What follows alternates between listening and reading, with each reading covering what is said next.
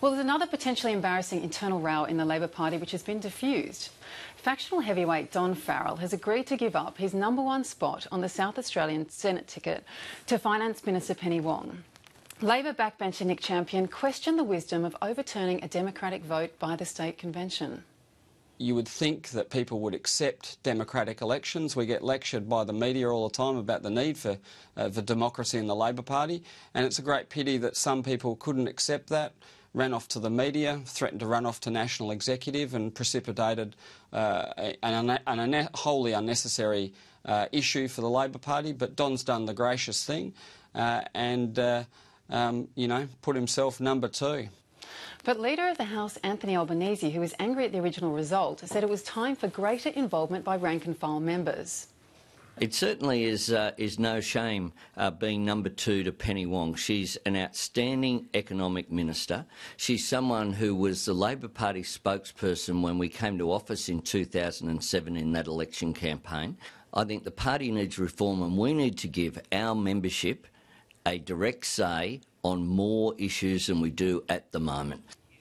Sarah, is Nick Champion right? Should Don Farrell have given up his seat, given that it was already elected by the conference? Well, I think he should, because it's not, as Anthony Albanese said, rank and file, ordinary members of the ALP, and I know that, the Liberals have got the same problem with this as well. There's an argument that it should be more to local members, shrinking as they are.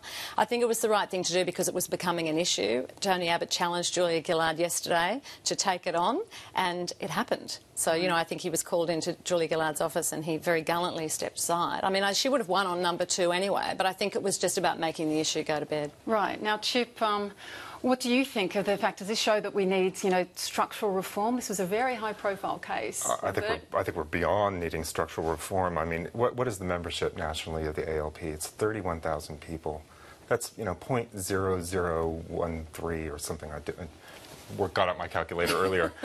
Percent. I mean, it's just absolutely ridiculous. It's not representative of the Australian people. And if we want candidates that enjoy broad popular support, parties need to have broad popular membership. This is true of the Labor Party as much, I guess, as it is true of the Liberal Party. I don't know what the membership numbers for the Liberal Party is. Maybe Peter. Well, I don't think we've got as many dead as the Labor Party has.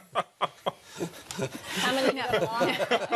That's right. How many have got live? Hold up. There's some very good live people in the Liberal Party, I'm going to show you. There's some live wires. I want to talk to you about some of them, actually, because you wrote a piece for the Drum website today, and you've said that, the Liberal Party is not pegged on factions, but nor is it devoid of them. And there's a big brawl in New South Wales at the moment, which has ended up in the courts over the seat of Robertson, where the state executive basically imposed their candidate on a pre-selection process. Is this a big embarrassment for the Liberal Party?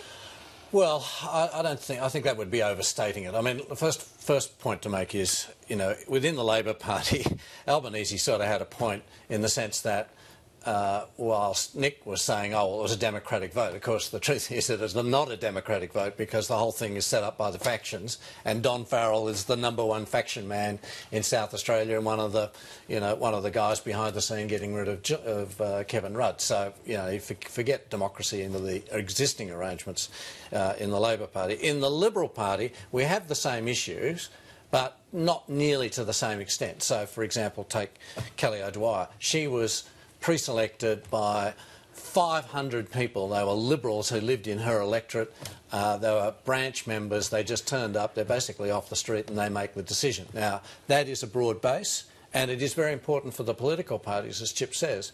And one reason is that political parties have been losing membership. In the past, in the Liberal Party, we had branch structures and delegates going, and that worked fine when you had lots of delegates as a result of having lots of branch members. In New South Wales, they've not taken that next step, but we have in most states in Australia. And my call basically is to say, in New South Wales, it would be a step in the right direction to introduce plebiscites, maybe as some compromise between the factions in New South Wales, but it would be a step in the right direction, and they should be doing it as soon as they can. Now, you also said Tony Abbott basically supported your call for plebiscites last year, but this year he's been involved in this pre-selection muck-up. What's gone on there? What's happened to change his mind? Well, he's been caught up in it. I mean, I suppose the truth is that it's in his backyard, and my view is that when tempers were not as hot as they are today in New South Wales factional game plays. If they'd tackled the issue 12 months ago, then they might have been able to make some compromise-type progress and move the thing along, and we might not have had the problems that we've got. And the reason we're worried, like, look what happened when Kevin Rudd took on the factions. You know, it's a bit of a scary thing to do for a leader. Is he worried about the power of them? You know, particularly when his polls are... In politics, there are lots of difficult issues, and someone has to take them on.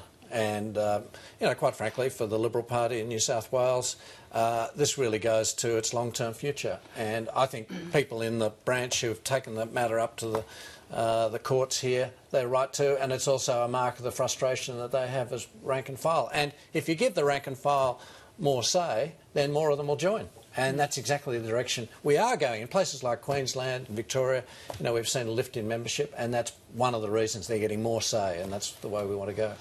Well, one person